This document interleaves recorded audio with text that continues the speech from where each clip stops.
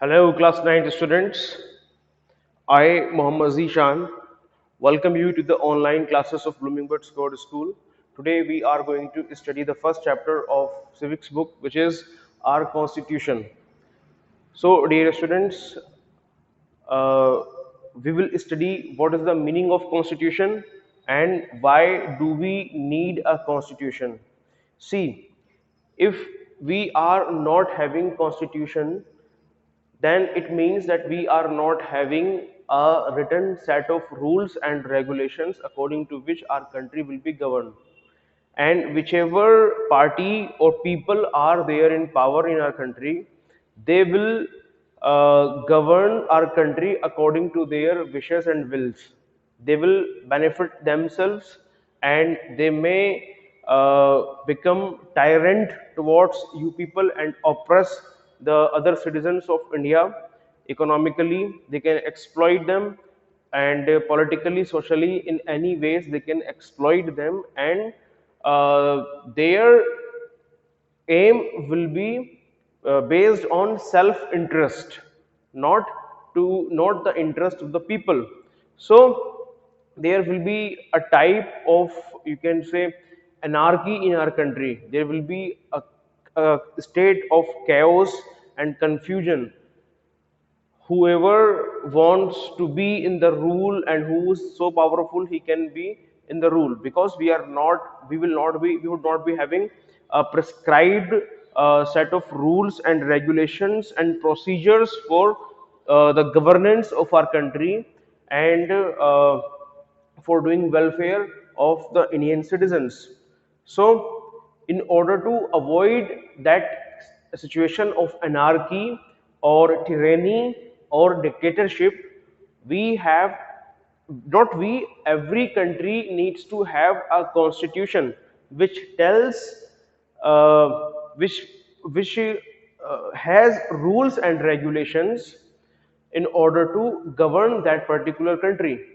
If we are not having that constitution, then there will be a trouble in governance, as well as the carrying out the administration of the country. So this that was the need of constitution, and every independent democratic country is having its constitution. In earlier times, when there was rule of Raja and Maharaja, they some Rajas and Maharajas even had their own constitution, and that was called constitutional monarchy. And some were not having any written set of rules and regulations, right? And all laws used to come out from their mouth. Okay, they themselves were the laws, rules and regulations. Okay, so those types of monarchs were absolute monarchs. Okay, and some monarchs were having constitution, and that was called constitutional monarchy. So now we people have been evolved. We people means the entire world has been evolved, and our social as well as political and economic system has also evolved, right? So we have become more civilized. So in this civilized modern times, we need to have more sophisticated and civilized way of governance, of polity, right? So for that, everybody in a living in a country should have equal rights. Okay, whether political rights or other social rights. Okay, so when you have equal political rights, then it means that everybody will be responsible for the governance of a country, right? If that type of condition is there, it means that country will be a democratic country, right, where all the demos, the people of the country, are participating in the governance of a country. Now there should be a prescribed procedure way, right, to govern our country. Okay, for that there should be a set of rules and regulations. In this manner, this particular organization or institution will be elected. In this manner, this particular designatory will be appointed, right? So all such laws are written, okay, are in written form.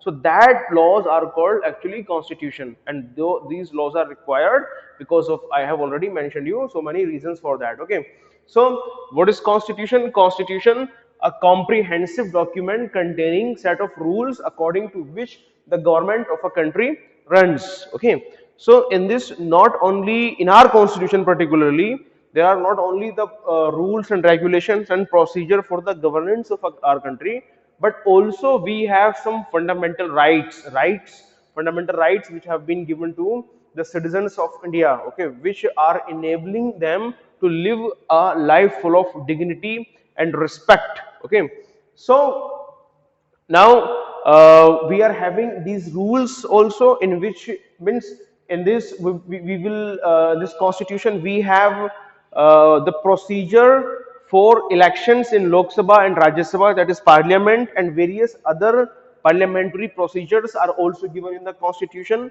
right? All the ways that which function or which work will carried out in which way, that everything has been written there, right? And we know that our parliament is responsible for governing of our country, right? We know there are the three organs of our three organs of our government, which is legislature, executive, and judiciary, right? So this constitution controls and regulates all these three organs of our government, that is executive, legislature, and judiciary, right? And then in this constitution we also have the fundamental rights of Indian citizens, and we also have their fundamental duties. We also have various procedures as well as functions, powers, term, oath, everything related to the president, vice president, prime minister, council of minister, everything is here, right?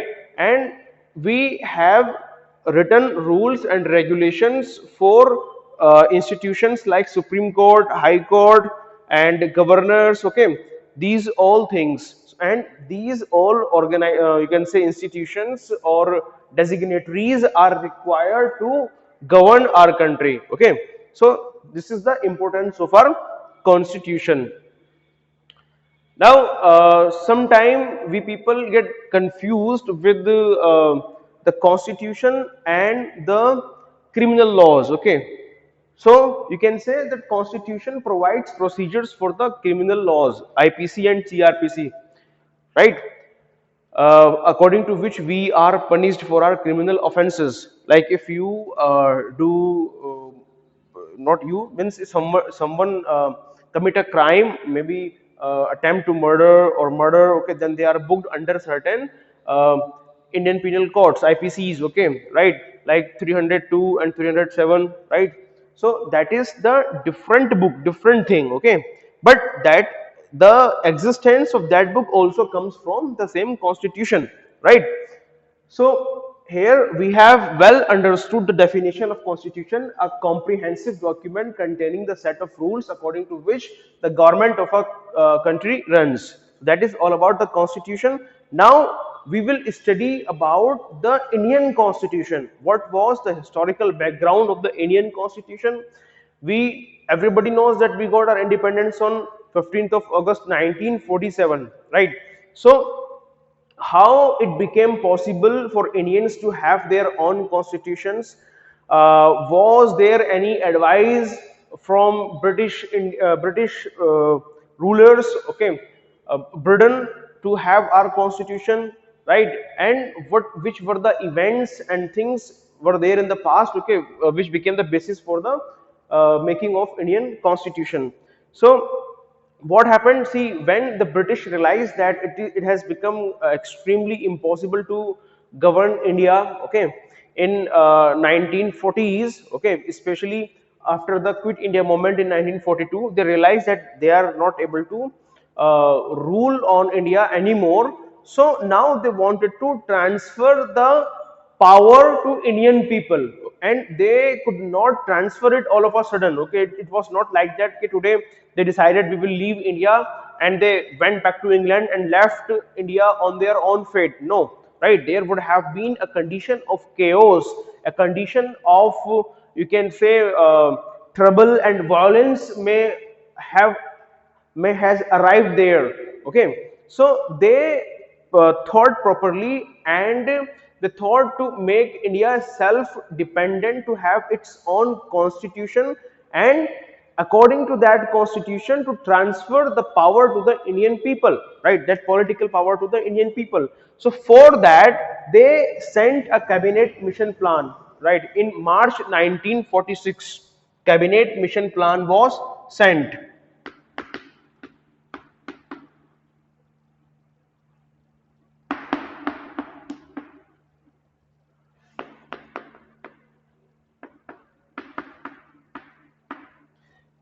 It was sent by the Prime Minister of Britain, Clement Attlee, who became the Prime Minister after Winston Churchill, after the Second World War, right? So Clement Attlee became the the Prime Minister of Britain, and he sent a cabinet mission in which there were three members. Their names were Sir Patrick Lawrence,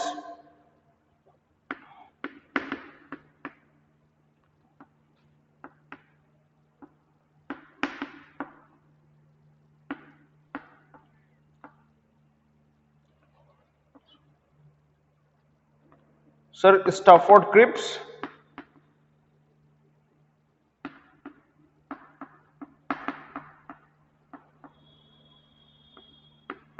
A.V. Alexander.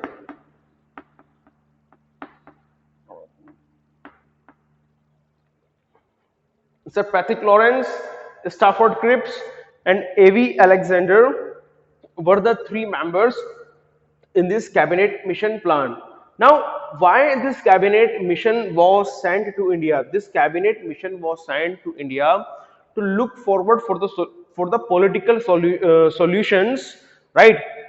For the solutions of the political problems which were arising in at a time. Okay, in India there were diverse communities. There were Muslims, there were Parsis, there were Sikhs. Okay, and there was a, you can say, condition of or situation of, you can say, uh, not unsatisfaction, right? The people were not satisfied with their uh, political future and scope which they were going to have in India, right?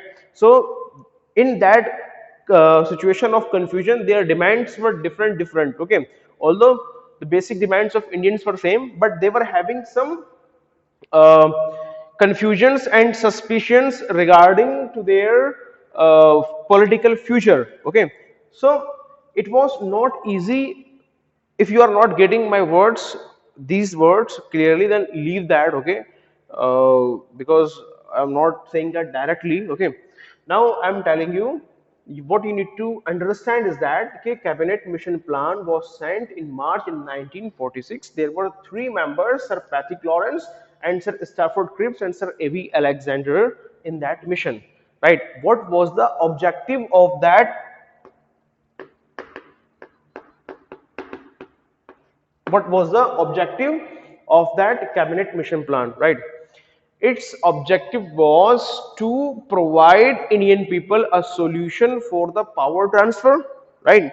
On the other hand, to have a provision for the making of constituent assembly. What? Constituent assembly. So this is very important for us.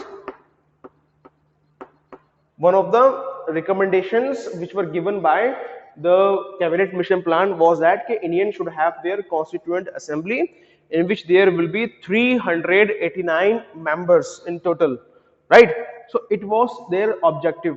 By making constituent assembly, what will happen? India will have its own constitution, according to which the government of India will be elected, and once the government of India is elected, then the British can leave India on the fate of the Indians, as they have made Indians self-dependent politically. Okay, so their main objective was to have that. Okay, it was sent in 1946. Clear? Then after that, what happened? After that, in you must have taken note of this. Okay, now, okay, I'm not erasing it. So then in July 1946, elections for the Constituent Assembly were conducted. And these elections were not the direct elections in which the people could vote themselves directly. No, these elections were indirect elections. The members of legislative assemblies of India, right? There were of 11 provinces, right, and four chief commissionaries, right? 11 governor provinces and 4 chief commissioner provinces, okay, from there. And plus the let me tell you okay, what was the what was India at the time. India was divided into provincial assemblies, okay. There were 11 governors provincial assemblies, right, plus there were 4 chief commissioners provinces, okay. 11 governor provinces and 4 chief commissioner provinces, right. And plus there were a number of princely states which were directly ruled by the princes, Indian princes, okay, right. So you can say okay, India was divided into three types, okay, the politically. One, 11 governor provinces, 4 chief commissioners provinces which were Kurg, Baluchistan and Ajmer, Kurg, Baluchistan, Ajmer, and one more was here. Okay, so there were 4 chief commissionaries, chief commissioners, provinces were there. Clear? So now in these 11 plus 4 provinces, elections for legislative assemblies were supposed to be conducted. I am saying legislative assembly, not the constituent assembly, okay. So in January 1946, elections were conducted, okay. In January 1946, elections were conducted in these legislative assemblies of the provinces. And the like today we are having MLAs, okay, so that type of members of the legislative assemblies were elected by the people directly, okay. Now those people, those who were elected in January 1946, they were supposed to vote and elect the members of Constituent Assembly, right, in July 1946, right. So like this there were 389 members were elected, okay. 296 members were elected from the British provinces, right, and 93 were supposed to be elected from princely states, okay. So there were supposed to be 389 members in the Constituent Assembly. 296 out of 296, 292 were supposed to be elected from the 11 provinces I have told you, 11 governor provinces, okay, and 4 were supposed to be elected from the chief commissioners provinces, okay, chief commissioners provinces. So like this 296 were there and 93. So you have to just remember 296 plus 93, 389. In your book it is written 385. So you will find this in most of the books because they do not consider these 4 members which were to be elected from chief commissioners provinces, okay. They just count 292 plus 93 and make it 385, right. So actually there were 296 plus 93, 389. Clear? So these many members were elected to the Constituent Assembly of India. Now in this Constituent Assembly of India, one thing was kept in mind that members from every community should be there in Constituent Assembly, so that while drafting our constitution and making laws, right, for the governance of our country, they may represent their communities interest too. Okay, it should not be there that particular community was there in Constituent Assembly and it has made all the laws, rules and regulations for its own interest, and the interest of Parsis, interest of Anglo-Indians, interest of scheduled caste, interest of scheduled tribes, interest of Muslims were not considered, right? And later on they will suffer in this country, okay, in which they are going to reside. Getting or not? So what was taken care of? It was taken care of that every community should have its representative in Constituent Assembly, right? So even the small communities like Anglo-Indian community, okay, it was being represented by Frank Anthony and S.H. Prater, right? And the Indian Christians were being represented by H.C. Mukherjee and Joseph D'Souza, right? And Parsis were being represented by H.P. Modi, right? So this was elected, and the first meeting of the Constituent Assembly took place on 9th of December 1946, in which the interim president, or you can say temporary president, was the eldest member of the Constituent Assembly, Dr. Sacchidanand Sinha. Okay, so he remained there as the interim. Interim means temporary president. Okay, then on 11th of December 1946, what happened? The permanent president of Constituent Assembly was elected. And who was the permanent president or president of Constituent Assembly? Dr. Rajendra Prasad was the president of the Constituent Assembly, right? Then after that, 2 days after that, on 13th of December 13, right? On December 13, objective resolution was presented or proposed by Jawaharlal Nehru. What? Objective resolution. Now it was a resolution which was telling the motives of our constitution.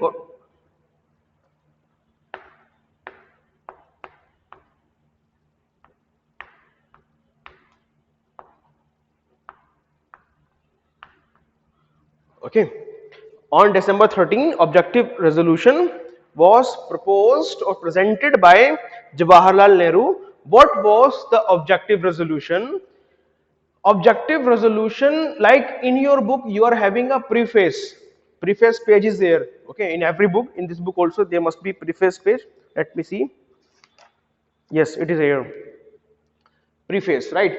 So these prefaces tells us about the objective of our book. Okay, what we will study in this book, what is the objective for making this book. Okay, so likewise there was an objective of making the Constitution of India. Okay, why we are making these constitutions, right? And what are the aims we are going to achieve through this constitution. Okay, so that was called objective resolution, right? And that objective resolution was presented by Jawaharlal Nehru on December 13. Then on January 22, right, on January 22, it was accepted by the Constituent Assembly. Okay, it was accepted on January 22, 1947, next year. Okay, it was accepted.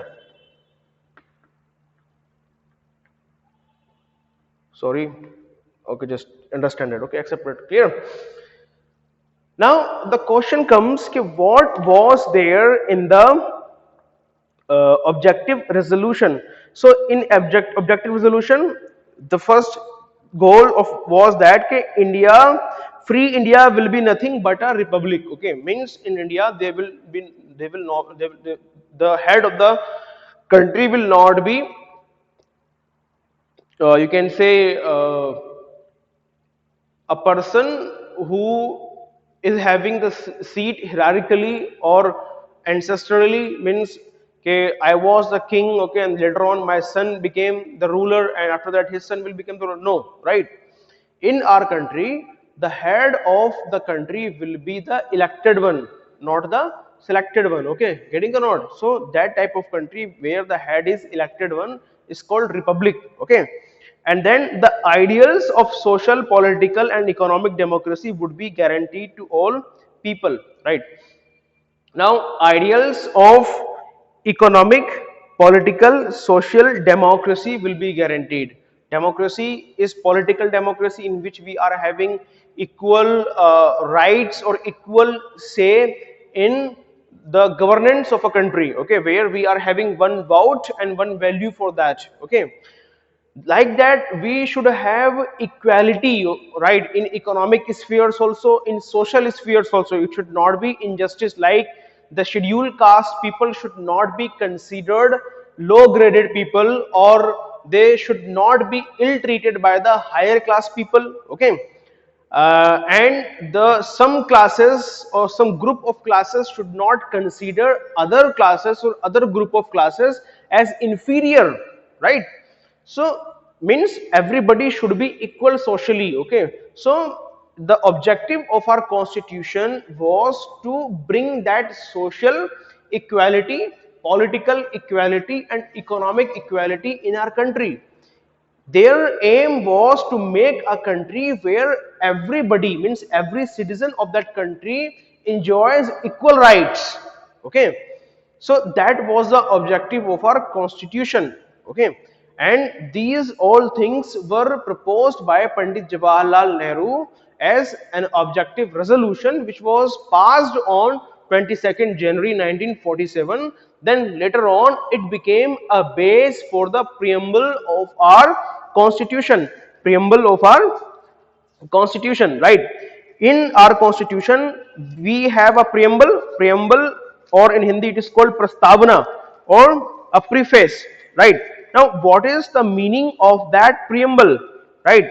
Preamble tells us that what kind of country India will be, right? Like we the people of India having solemnly resolved to constitute India a sovereign, socialist, secular, democratic republic, to secure its all citizens justice of social, economic, and political, right? So that provision which was proposed, the aim which was proposed by Pandit Jawaharlal Nehru has been enacted here, okay.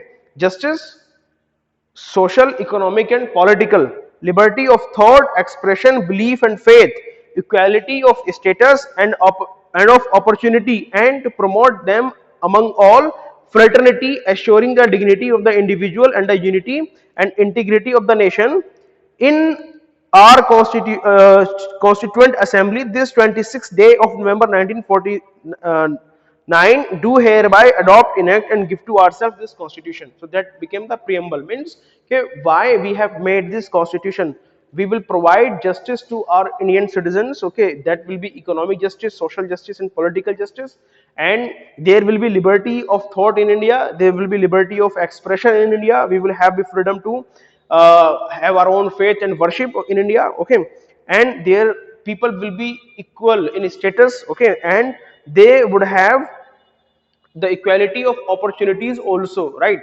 And we all will consider each other as brothers, okay, fraternity, so that we India can be united, okay, to secure its integrity, clear. And which kind of country India will be? India will be a sovereign, no other country, no other nation, okay, whether it is America or US or China, will interfere in the internal affairs of country, okay. India will be free to take its own decisions. And socialist country, right, in which the government will have certain responsibility of society, right? And secular country, secular means where there will be no religion of state, and it will endorse every religion, right? All religion, whether it is Islam, Christianity, or Hinduism, okay. So this type. And a democratic country where the government will be chosen by the people, right? And a republic where the head of the country will be the chosen one, okay. So these objectives or aims were written there. I hope you would have understood all these things. I will tell you about the drafting committee and Dr. Bhimrao Ambedkar, right? And the time taken to complete our constitution in next lecture. Thank you so much.